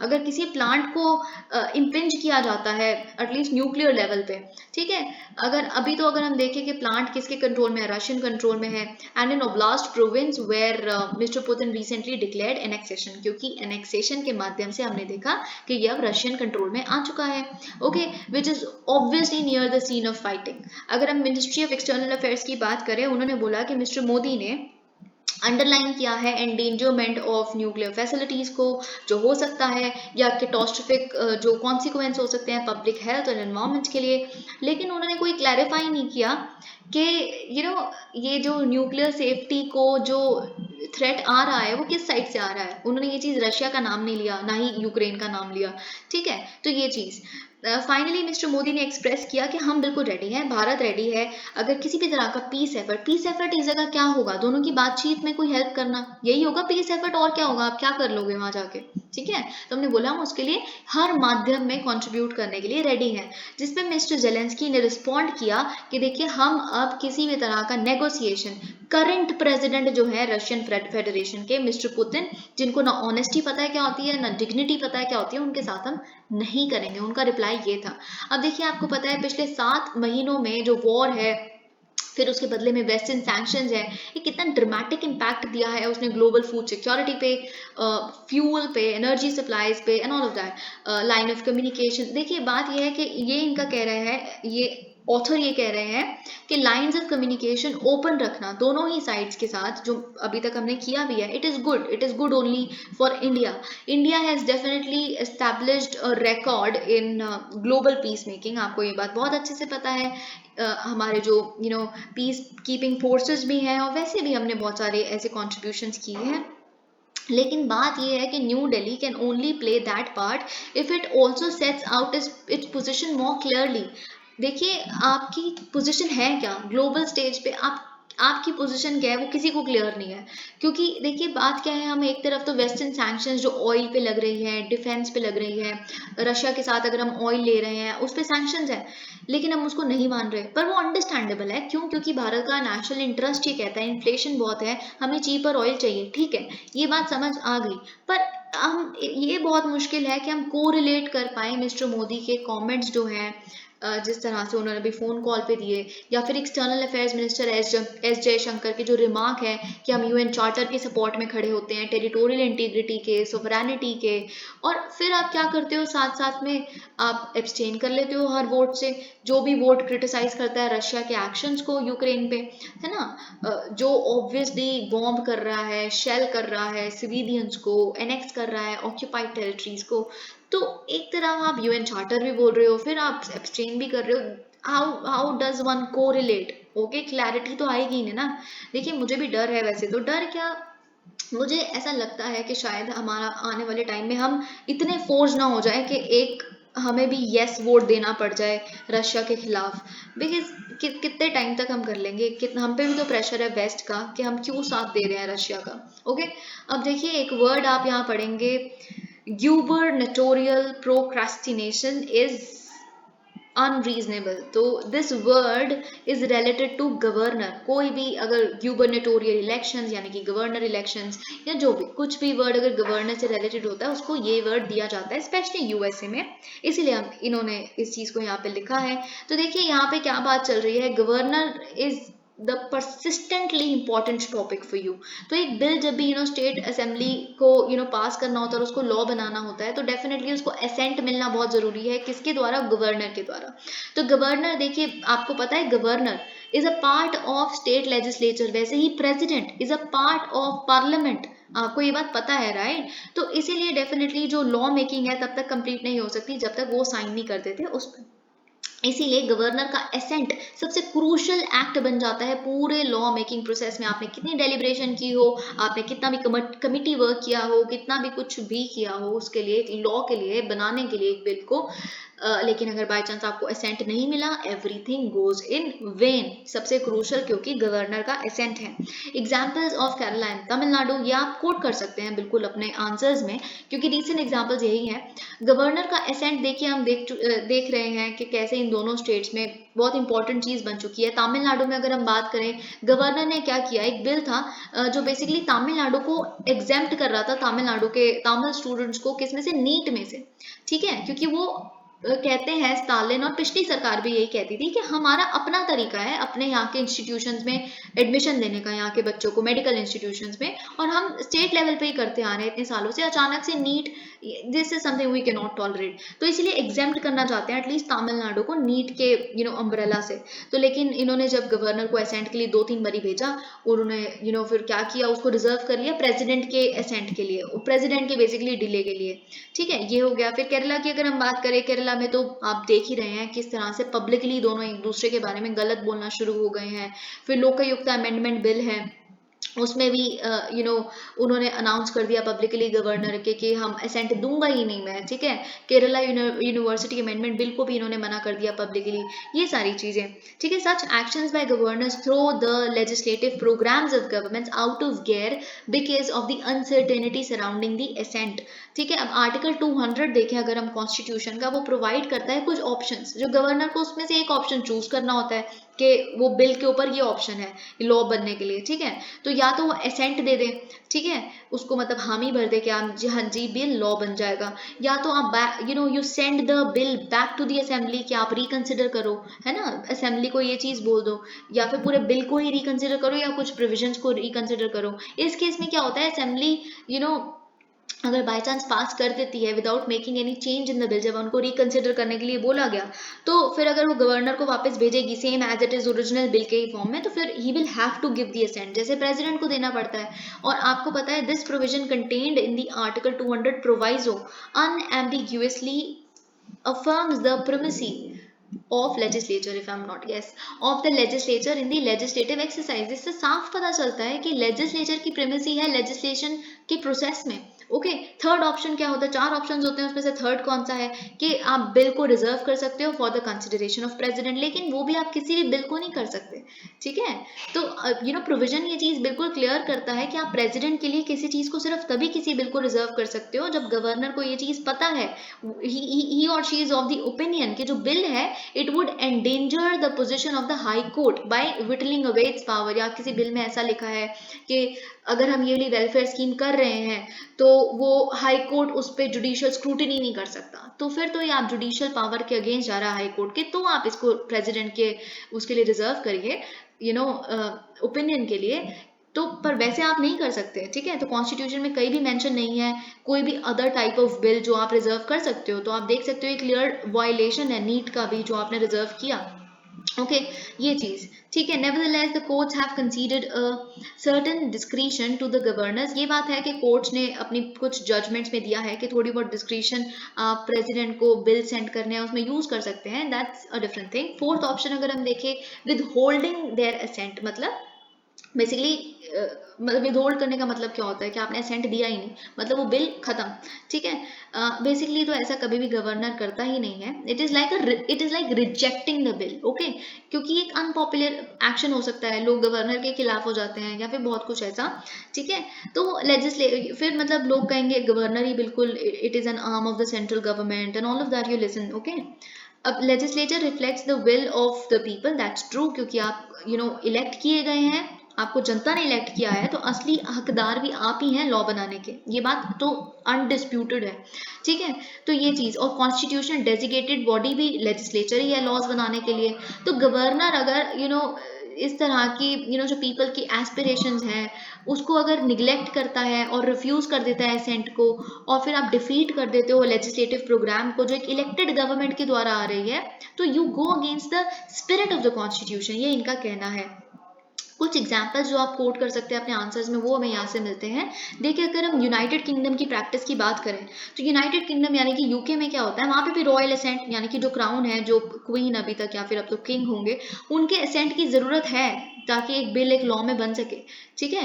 लेकिन बेसिकली ऐसा है कि और क्राउन के पास है पावर विद होल्ड करने की, रिजेक्ट करने की असेंट को, लेकिन it is a dead letter, क्योंकि ऐसा कभी नहीं होता, पिछले इतने सालों में ऐसा हुआ ही नहीं है कभी भी। By practice and usage there is almost no power of veto exercised by the crown in England now. She or he has to and has to give the assent, ऐसा ही होता है, क्योंकि अगर बाय चांस रिफ्यूज कर दिया royal ascent को crown ने, तो सिर्फ इस ग्राउंड पे कि मोनार्की को पसंद नहीं आ रहा ये वाला बिल या फिर इस तरह, तो वो इतना कॉन्ट्रोवर्शियल हो जाएगा कि फाइनली उसको अनकॉन्स्टिट्यूशनल ही माना जाता है, तो आपको असेंट देना ही है। यूनाइटेड स्टेट्स की अगर हम बात करें प्रेसिडेंट की, वहाँ की प्रेसिडेंट को भी एम्पावर करता है कॉन्स्टिट्यूशन कि आप अपना असेंट रिफ्यूज कर सकते हैं या फिर रिटर्न कर सकते हैं बिल को हाउस पे दोबारा, ठीक है। लेकिन फिर क्या होता है, अगर बाई चांस हाउस ने ग्रेटर मेजोरिटी से उस बिल को दोबारा पास कर दिया तो प्रेसिडेंट को लॉ बनाना ही पड़ेगा। तो इससे भी प्रिमेसी पता चलती है लेजिस्लेचर की दोनों ही केसेस में, राइट। ये चीज आपको पता चल गई। इंडियन कॉन्स्टिट्यूशन कोई ऐसी रेमेडी लेकिन नहीं देता है कि आप ग्रेटर मेजोरिटी से बिल को पास करिए, फिर वो पास करना ही पड़ेगा, ये चीज़ नहीं होता, ठीक है। कोर्ट्स ने भी मोर और लेस एक्सेप्ट कर लिया है कि हाँ जी बिल्कुल गवर्नर के पास थोड़ा सा विद होल्ड करने की पावर है ही, उनके पास डिस्क्रिशन भी है एंड ऑल ऑफ दैट तो बेसिकली क्या है, कभी कभी पूरा जो लेजिस्लेटिव एक्सरसाइज है वही पूरी फ्रूटलेस हो जाती है, राइट। और it definitely does not square with the best practices in old and mature democracies.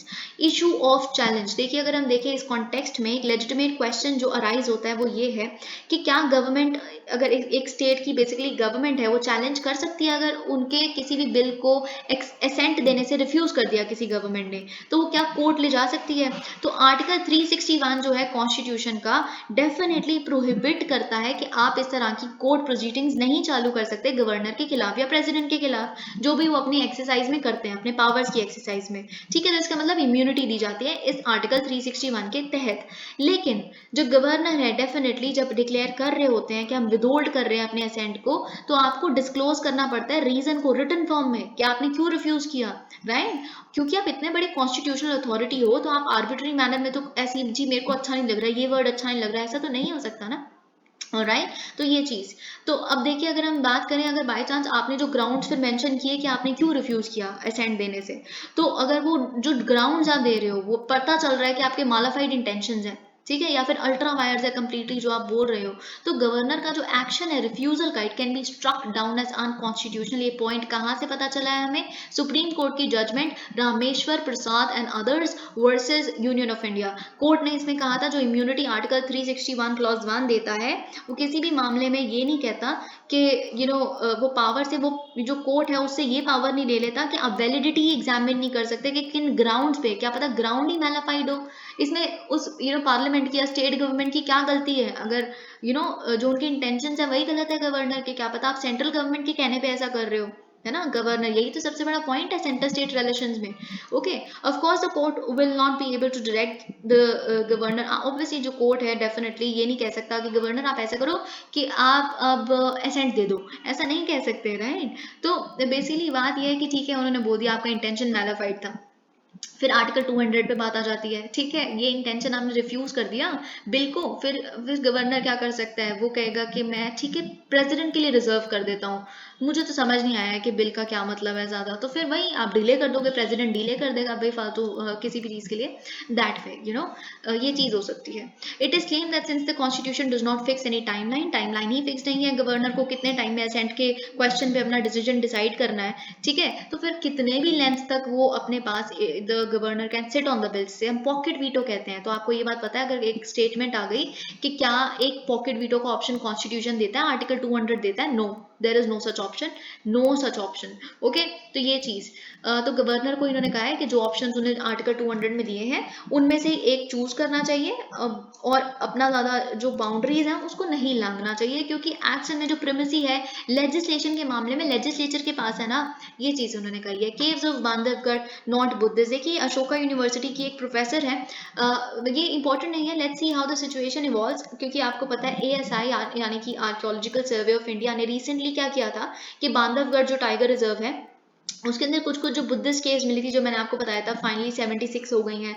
तो इनका ये कहना है कि हम 2021 की मार्च से ही स्टडीज वहाँ पे कर रहे थे, और ये एएसआई को पता है, ये पता होने के बावजूद मतलब उन्होंने ऐसे बुद्धिस्ट डिक्लेयर कर दिया। इनका ये कहना है वो केव्स बुद्धिस्ट नहीं है, उनके फीचर्स भी बुद्धिस्ट नहीं है, ये बेसिकली ट्रेडर्स वगैरह ने उसको फंड किया हुआ है, it is not definitely that.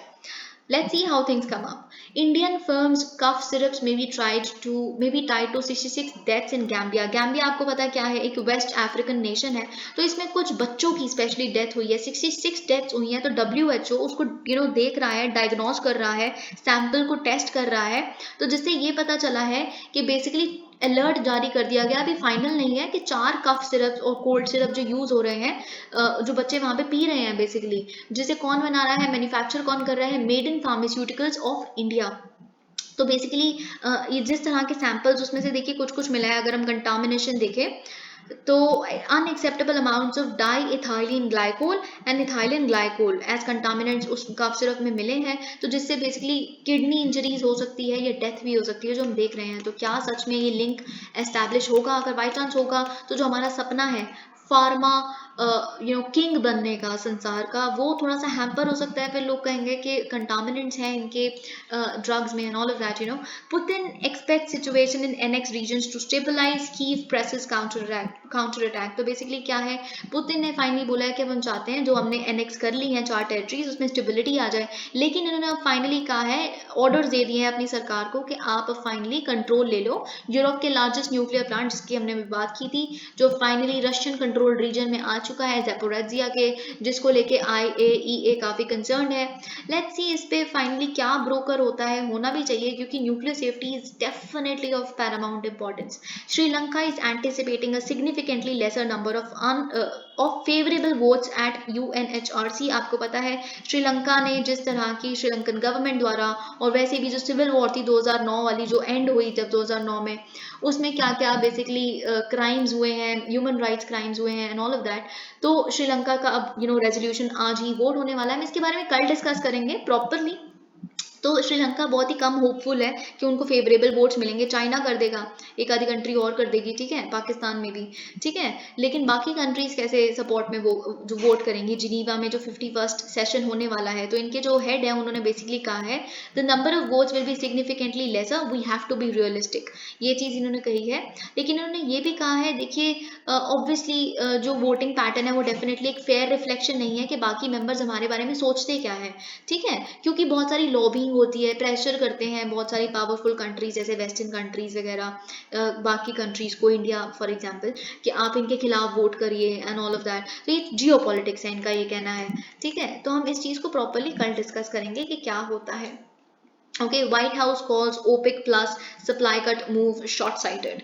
अब देखिए क्या हुआ है, ओपेक आपको पता है organisation of the petroleum exporting countries, इन्होंने फाइनली अपनी प्रोडक्शन को कट करने का डिसीजन लिया है, ऑयल प्रोडक्शन को, जिसके रिस्पॉन्स में व्हाइट हाउस ने कहा है कि यूएस जो प्रेसिडेंट हैं जो बाइडन, वो काफ़ी डिसअपॉइंटेड है उनके इस डिसीजन से। देखिए जब आप सप्लाई कट कर देंगे, कम कर देंगे, तो ऑब्वियसली फिर उसका वो बढ़ जाएगा, उसकी इंपॉर्टेंस बढ़ जाएगी। जब आप सप्लाई कम कर देंगे, डिमांड तो उतनी है ना, तो फिर रेट्स बढ़ जाएंगे, ठीक है। ये चीज़ है, स्पेशली जब पूरा संसार इन्फ्लेशन में डूबा हुआ है, inflation has gone like anything, फिर ये डिसीजन ऑब्वियसली शॉर्ट साइटेड ही है, थोड़े टर्म्स में आप अपना प्रॉफिट बढ़ाना चाहते हैं और लॉन्ग टर्म आप इम्पैक्ट नहीं देख रहे, at a time when maintaining a global supply of energy is of Paramount importance, specially in countries में, वेस्टर्न कंट्रीज में तो दिक्कत इनको है, पर ये देखिए किस गाब में कह रहे हैं कि ये डिसीजन नेगेटिव इम्पैक्ट किन पे डालेगा, lower and middle income countries पे जो ऑलरेडी रील कर रहे हैं एलिवेटेड एनर्जी प्राइसेस में, लेकिन इनको ज़्यादा इफेक्ट है, हम लोगों से ज़्यादा इफेक्ट इन पे पड़ेगा क्योंकि एनर्जी प्राइस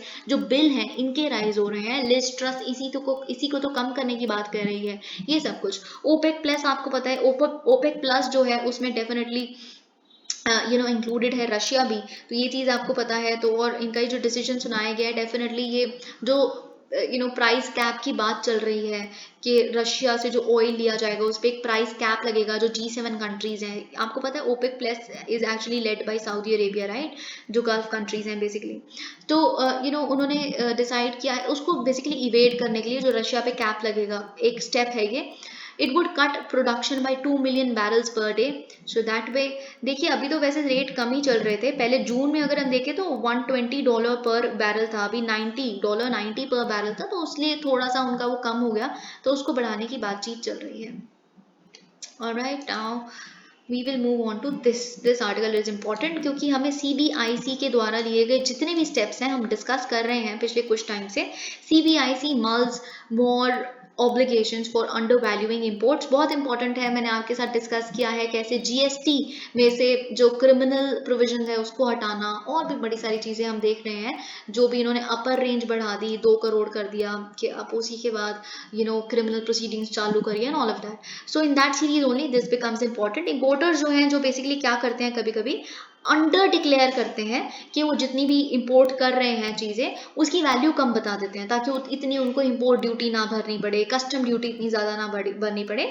तो CBIC ने कहा है, जो central board of indirect taxes and customs है, हम प्रपोज करते हैं कि ऐसे अगर इंपोर्टर्स हैं उनको एडिशनल ऑब्लिगेशंस का भरपाई करनी पड़ेगी, उनके लिए ऊपर और ऑब्लिगेशंस लगेंगी, एटलीस्ट 1 साल के लिए, 2 साल से तो ज़्यादा नहीं, पर एटलीस्ट 1 साल के लिए और भी इनको हम चीज़ें जो बोलेंगे इनको वो भी ऑब्लिगेशंस अब हमको सबमिट करनी पड़ेगी। बेसिकली क्या है, टू एड्रेस अंडर वैल्यूएशन, इस साल का जो बजट था उसके लिए जो फिनेंस बिल लाया गया, आपको पता है बजट को आप फिनेंस बिल के बिना तो वही नहीं कर सकते, पैसा कहाँ से आएगा, इसलिए फिनेंस बिल ने बेसिकली क्या किया था, उसने अमेंडमेंट्स इंट्रोड्यूस की थी, किसमें, कस्टम्स एक्ट ऑफ 1962 में। तो उन्होंने पावर दी थी CBIC को कि आप इस तरह के रूल्स बना सकते हैं इस प्रॉब्लम को एड्रेस करने के लिए। तो अब जो ड्राफ्ट रूल CBIC ने ट्यूसडे को निकाले हैं वो ये कहते हैं, जिसमें ऑब्वियसली अक्टूबर 14 तक फीडबैक मांगा गया है, तो उसमें बोला है the board shall identify goods for such probes based on a written reference made to it electronically by any person having any reason to believe that the value of any class of imported goods may not be declared truthfully or accurately। तो ये चीज ठीक है, तो budget में ये चीज बोली गई थी, आपको पता होनी चाहिए। Centre raises credit line limit under ECLGS for airlines to 100%। देखिए मिनिस्ट्री ऑफ फाइनेंस ने फाइनली क्या किया है, उन्होंने क्रेडिट लिमिट जो एयरलाइंस को मिलेगी बेसिकली, यानी कि जैसे स्पाइस जेट है या फिर इस तरह के जितने भी एयरलाइंस है, एयर इंडिया फॉर एग्जांपल, जितना भी बेसिकली ये लोग लोन लेना चाहते हैं बैंक से under the emergency credit line guarantee scheme जो कोविड रिलीफ पैकेज के माध्यम से लाई गई थी, अब वो 100% ऑफ आउटस्टैंडिंग डेट क्या होता है, जितना भी एक कंपनी ने जितना भी लोन लिया हुआ है, राइट, जो उन्हें वापस करना है बेसिकली करेंटली, उतने ही अमाउंट में, मतलब बिल्कुल 100% उतना ही आप और लोन ले सकते हो बैंक से, क्योंकि उसको गारंटी कौन देता है, सरकार गारंटी दे रही है, ठीक है, उनकी गारंटी सरकार ले रही है एयरलाइंस की इस जगह। तो मैक्सिमम लेकिन है 1500 करोड़, पहले क्या था 50% of credit outstanding up to 400 crore आप ले सकते थे, ठीक है। अब ये सेकेंड टाइम है जो हम लिबरलाइजेशन देख रहे हैं specifically for aviation sector, okay, all of that you know that, okay. अब हम ये देखते हैं WTO warns darkened trade outlook could deteriorate further।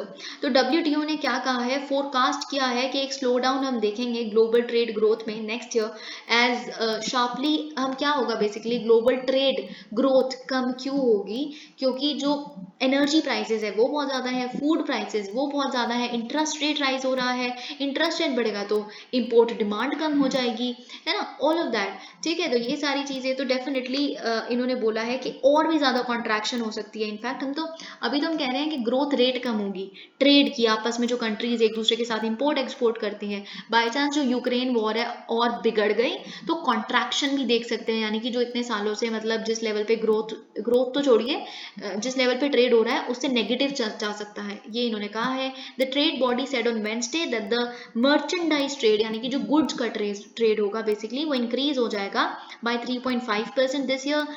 जो पिछले अप्रैल की अगर हम बात करें, फ्रॉम इट्स अप्रैल एस्टिमेट, अप्रैल में इन्होंने एस्टिमेट किया था 3% इस साल के लिए, अब 3.5%। लेकिन अगर हम 2023 की बात करें, इन्होंने ट्रेड ग्रोथ का सिर्फ 1% बताया है इंप्रूव होगा, जो इनका प्रीवियसली एस्टिमेट था 3.4%। Thank you so much.